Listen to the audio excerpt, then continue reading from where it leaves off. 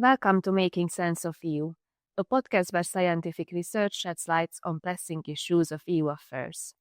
Making Sense of EU is brought to you by the European Studies Institute of the Université Libre de Bruxelles. This series on the challenges of liberal democracies are facing in the European Union is a product of a Horizon Europe research project called REGPINEL, and it's co-founded by the European Union. In this podcast, we will look into the role of monitoring committees in ensuring transparency and accountability of spending EU funds in Hungary and in Poland. My name is Anna Gelencsér, and I'm a staff member of the Hungarian Helsinki Committee, a partner in this REGPINEL project, and I will be your host. Today we have two distinguished guests, Anna Grudzinska from the National Federation of Polish NGOs and András Lederer from the Hungarian Helsinki Committee. Anna is part of OFOP's team that is coordinating the work of Polish civil society organizations participating in monitoring committees, and András is member of the Home Affairs Funds Monitoring Committee in Hungary, and he is the organization's head of advocacy. Monitoring committees play an important role in overseeing the implementation of EU-funded programs, providing a platform for related dialogue among government, civil society, and other stakeholders. These committees should ensure the proper use of resources while encouraging transparency and collaborative problem solving. Through their work, monitoring committees should also help improve public policy and the effectiveness of using EU funds. So first, we would look at the role of civil society in monitoring committees. And could you tell me briefly what is the role of civil society organizations in monitoring committees and how do they contribute to transparency and effectiveness of programs and also to horizontal principles? Civil society organizations are complementary to other members of these monitoring committees. According to the applicable EU laws, these committees should consist of equal members from independent civil society organizations and independent experts and representatives of the government of each member state or state authorities. These entities, according to the theory at least, should regularly meet and discuss issues related to particular EU funds in each member state, not only actual programs and projects, but also midterm and long-term planning, what should be the priorities, also participate in evaluating programs that has been already financed in that particular financial cycle, especially with a view to ensure that, as you said, transparency, efficient use of EU funds, and also as of this 7-year multi-annual financial framework, where the effective implementation of the Charter of Fundamental Rights is observed throughout the entire project period. But this is the theory. I think Anna also has quite specific experiences in how this theory is then converted into reality in Poland. We also have already now some years of experience in Hungary. Explain it a little bit and say a little bit about the way our program is organized at OFOP, because we are a national federation with 160 members, and there is a division of roles between OFOP, the office and the board of OFOP, and our members. And if I explain that a little bit and how the program is structured and organized, I think it would also shed light a little bit on the practicalities of committee work. So basically we have 160 organizations. Obviously not all of them are represented in the monitoring committees. We have around 29 people working on 37 seats in the monitoring committees. So it's quite a large group, but mainly we have our board members sitting on the monitoring committees, but also we have our member organizations sitting on the monitoring committees. And the division here is that OFOP as the board and the sort of the head of the umbrella is looking at structural issues, so the frameworks that organize committee work, and committee members are looking at horizontal principles. OFOP is taking care of the partnership principle, which is the most important theoretical principle of the work of the committees, and our member organizations make interventions in specific fields. because according to the regulation, each committee has to have representatives dedicated to these various areas of horizontal, the 5 principles of horizontal. So, for instance, gender mainstreaming, accessibility, environmental protection, the no significant harm principle, for example. So these are the horizontal principles. And then there is this overarching principle, which is the partnership principle. One has to also emphasize that EU is a complex animal, and there is a difference, for instance, in the way programs and the monitoring committees on national level work from the programs and from what is happening in the regions, because there are separate committees for national programs and second, different committees for regional programs. That's really interesting what you are saying. And also we really got to see now how monitoring committees briefly work in Poland. And both of you mentioned like how is it in theory and how is it in practice? And now I'm turning to András. Like, could you tell how is it in practice in Hungary, how monitoring committees work? Before I actually echo very much what Anna was saying about the differences, not just between countries, but also between monitoring committees, it's important to note that monitoring committees for independent civil society organizations in Hungary are a new experience. And the reason for that is that despite the existence of such monitoring committees in previous funding cycles, the practice until 2023 in Hungary was that the government cherry-picked and invited organizations that are very close or even actually established by the government.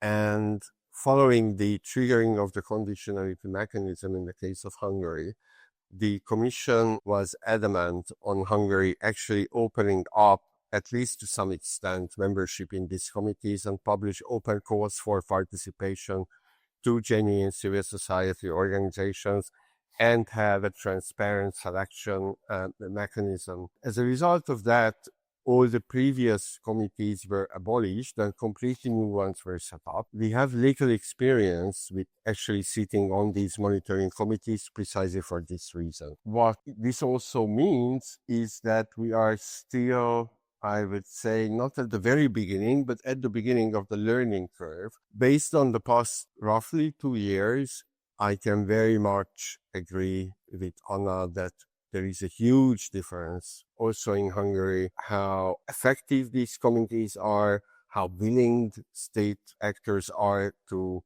cooperate or even just to discuss issues with civil society members. I sit, as Anna said, on the Home Affairs Funds Committee with Ministry of Internal Affairs being the head of the committee, who is a legal entity in Hungary who usually sits on the other side of the courtroom when we litigate cases. Now, having said that, and taking into account the extremely toxic and hostile political environment in Hungary, we've managed to build something that resembles a true partnership.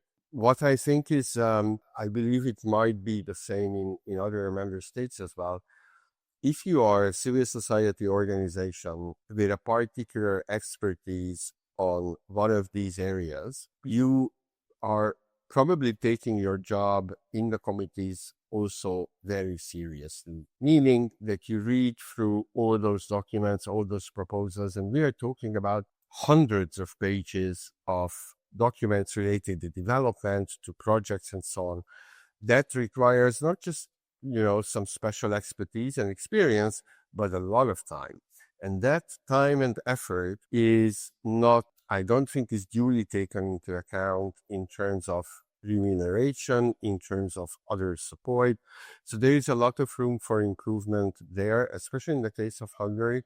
And to some extent, the government was open to providing assistance there, but we'll touch upon these issues later. Currently, these are not on the agenda, unfortunately, anymore. Mm-hmm. I can see that it's quite a complex work what both of you do in different roles in monitoring committees, and quite challenging. Yet I'm really curious if you could share like examples of good practices in monitoring committees where CSOs played an instrumental role in shaping decisions. Yeah, I think in Poland we have many good practices actually in the partnership committee. I mean, that is the closest to OFOP. We have all the members in all these different committees, but I think that most extensively we work within that committee because it also safeguards the work in other committees in some way. So it's important for us, and we put a lot of emphasis on this. But definitely, for instance, the subcommittee of the Committee of Partnership Agreement that is dedicated to the development of partnership, for example, has a secretariat. And that secretariat actually is defining the agenda for the subcommittee work, which means that we can influence what kind of topics are put on the agenda of the committee, for example, right? That we can somehow also have meaningful discussions outside of the meetings of the committees and so on and so forth. That is one example, which I think a good practice. Just continuously and maintained cooperation with the Ministry for Funds and Regional Development, I think is very important, and we value it a lot. We are being included in many of the processes. For example, now, the most recent example I can give is that now we are started discussion on the next multi-annual financial framework, and the ministry has already included us from the very beginning in all discussions. We could present our recommendations for the new MFF. We could make concrete contributions to the document that was put out by the ministry at the end of that process. When it comes to the way new perspective will be planned, we made especially a lot of effort to emphasize how partnership principle is important and how it should be strengthened and maintained also in the next perspective. The work in the committees is really technical. It's really about rules and regulations. So if you talk about concrete policy frameworks, it was also quite productive with the previous government in terms of the work.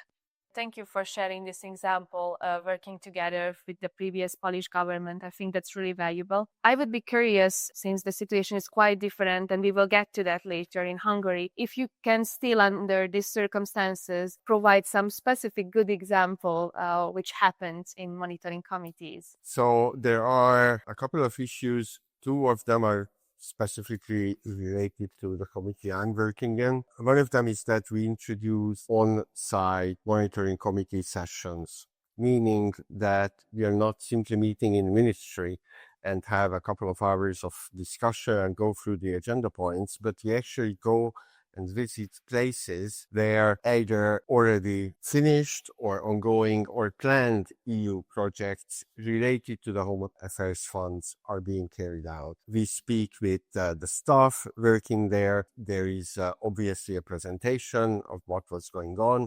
It's almost like an organized monitoring visit. And this is something rather unique, at least in Hungary, in the monitoring committees. Not all of the committees do that. I really believe this is an exemplary practice, also because in the past cases, it provided civil society members as well the opportunity to better understand the everyday workings of a given authority. We were able to talk to actual people on the ground, like in the police, who work on border management issues, and see if the projects that are planned are the ones that they think are the most important, that will help the most their everyday work. And they felt the ability to share their own first-hand experience from the ground, what is useful, what is less useful. So I think it, again, as Anna said, this cooperation can really benefit all sides for all the reasons. The other, I think, what could be considered as best practice is that in the Home Affairs Committee, the possibility for civil society to participate in the actual project evaluation subcommittees was also opened up, meaning that I also had the opportunity to look into the past projects and participate in the drafting of the evaluation report, provide feedback to the external auditor, what aspects I felt were under-investigated or what issues should be looked at again. Best practice, which affected all of us and which relate to the challenges that we face in Hungary, was the fact that when the Sovereignty Protection Office, and I will explain it later what that is and how it relates to monitoring committees, but when the newly established Sovereignty Protection Office started investigating organizations that sit on monitoring committees or on a similar entity that was established after an agreement with the European Commission, the Anti-Corruption Task Force, all independent civil society members sitting across all the monitoring committees in Hungary wrote a joint letter to the government saying, we feel threatened by the actions of the Sovereignty Protection Office. The reasons why they started investigating Transparency International Hungary, for example, is precisely the same activity that I am carrying out in the Home Affairs funds or my colleagues in all the other funds. And we want to have the Partnership Agreement Monitoring Committee to address this issue in the presence of us and also in the presence of the Sovereignty Protection Office. One of the takeaways we had was that the government has to take seriously, at some point at least, the request of independent organizations. And as long as we have a unified and strong voice that there is an important issue and we keep repeating it in our respective committees, something actually happens. Yeah, these are quite important steps. And you also started to speak a lot about challenges you are facing. And now I would be really curious, how is it in Poland? Like, what do you consider the major challenges you or any members of the monitoring committees are facing as members? One of the things one has to take into consideration when working with generally the EU structures, not only with the monitoring committees, is that generally these structures are a very slow-moving animal. So basically, you have to really sometimes work for months and years to make really tiny changes. And this is the biggest challenge, because that, if you have to read all these documents, if you have to come prepared, if you have to devote members of your staff to this area, and then you have really little progress at the end of the day after months of work, that can contribute to the burnout factor. Second thing, it also, you just lose patience at some point. So what we could observe in all these perspectives is a certain dropout rate among committee members who get frustrated with time. So at the beginning, we have always more members at the beginning of each perspective than we end up with, because people simply get frustrated and leave because they see how little progress they achieved in certain areas. This is a very time-consuming and very energy-consuming work.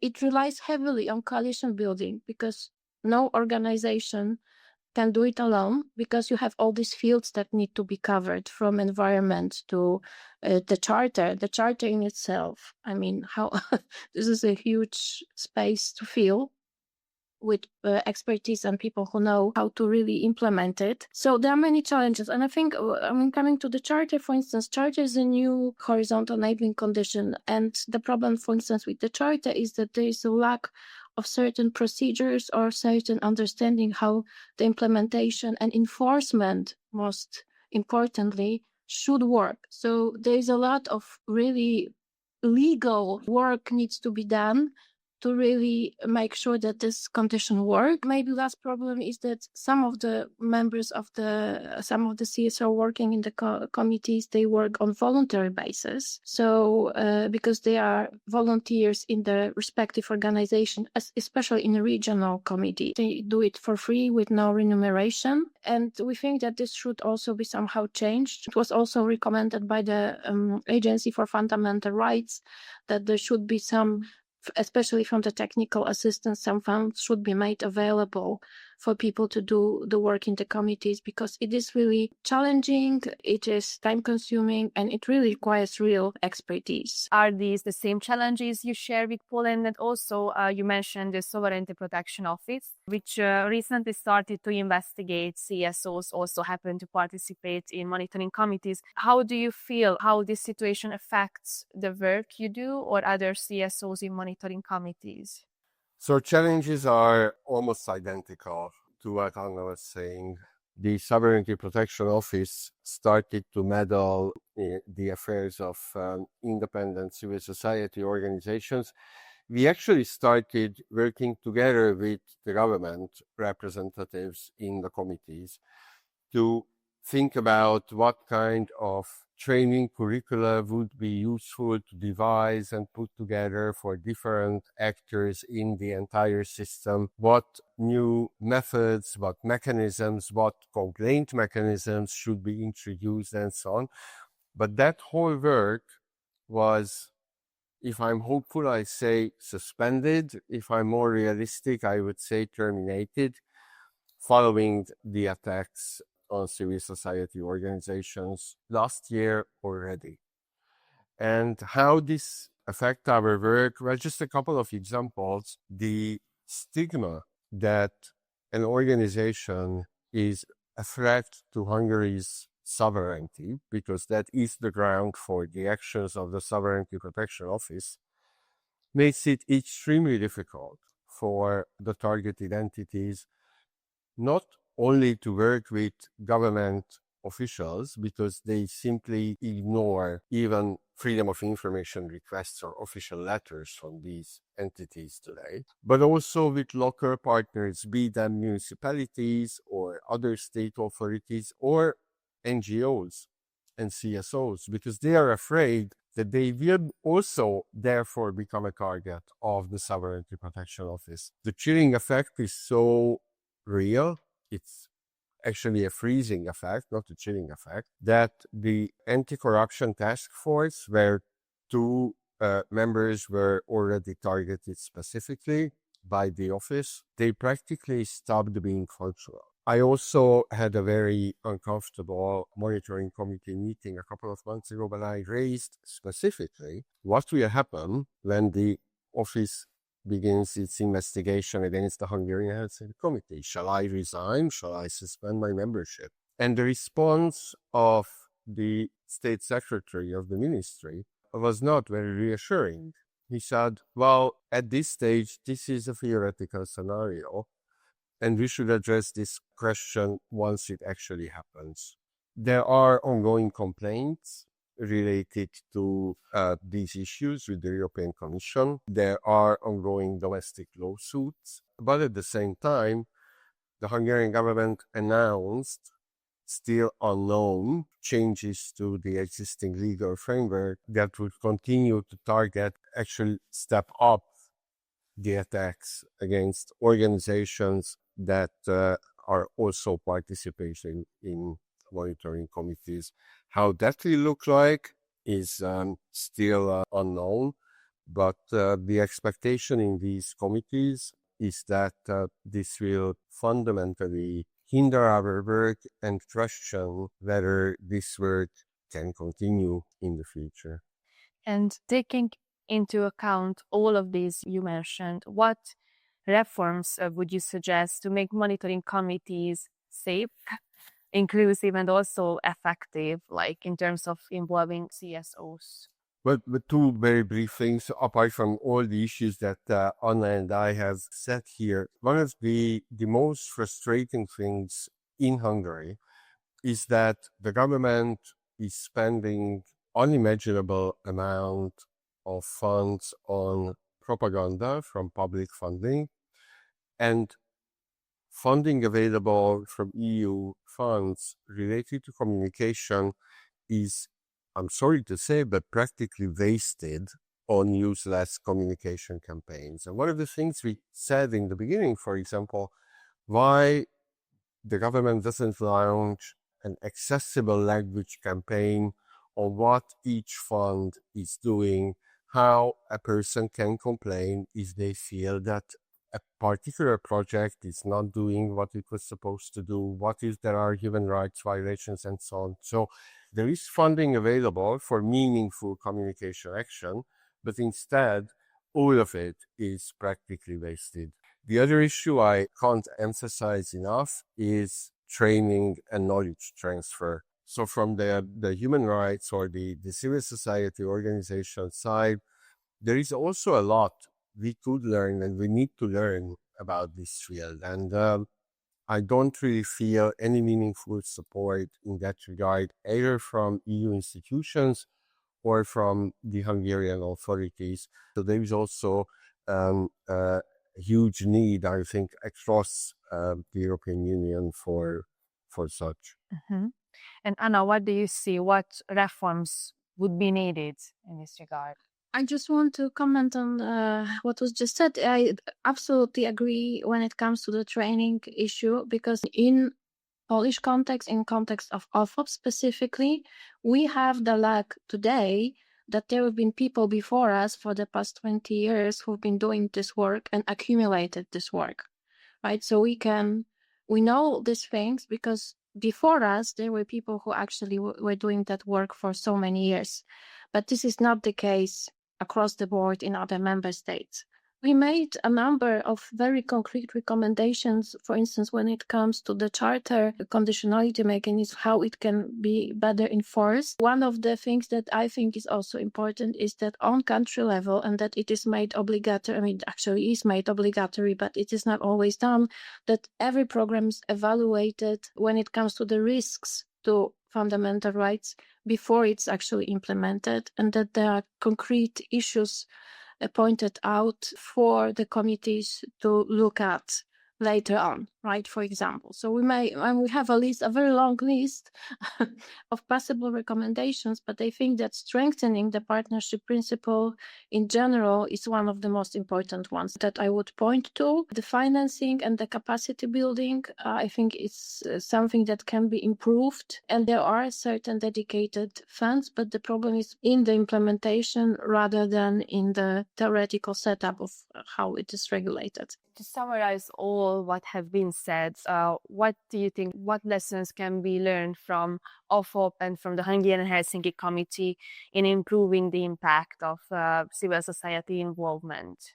Well, I think that, in the Polish case, definitely the lessons are you have to be patient, you have to organize, you have to coordinate with other CSOs, you have to build solid structures. And that obviously, unfortunately, involves money as well, because this work cannot be done without funding. Coalition building is very important because it was already said that we need to exchange knowledge. I don't have the knowledge in environmental protection. Somebody else doesn't have the knowledge in, accessibility standards. So organizations have to exchange information and organize on that level. Yes, and definitely patience. That's the last element, because it really sometimes takes years to change very basic things. Well, the only thing I can add to that is to have an extremely open mind, which proved to be very useful, not just in terms of cooperating with or trying to work together with representatives of the government, but also for many of these civil society organizations to work together. But there are really some encouraging things happening. And on the last note, there has been a lot of doubts whether any of the conditionality mechanisms yielded any meaningful results in the case of Hungary. These are not magic wands that change the situation on the ground, that bring back the rule of law, that ensure transparency and accountability from one minute to the other. But the fact that you have independent entities on these committees, the fact that these committees are still operational, that there are useful examples of how one side managed to convince the other in a particular issue or in a policy direction, mean that these tools are actually useful and could be used in a more strategic and much more regular manner. Thank you very much for both of you. So thank you to Anna from OFOP and András from Hungarian Helsinki Committee for sharing your thoughts with us. And I really hope that we can continue this conversation.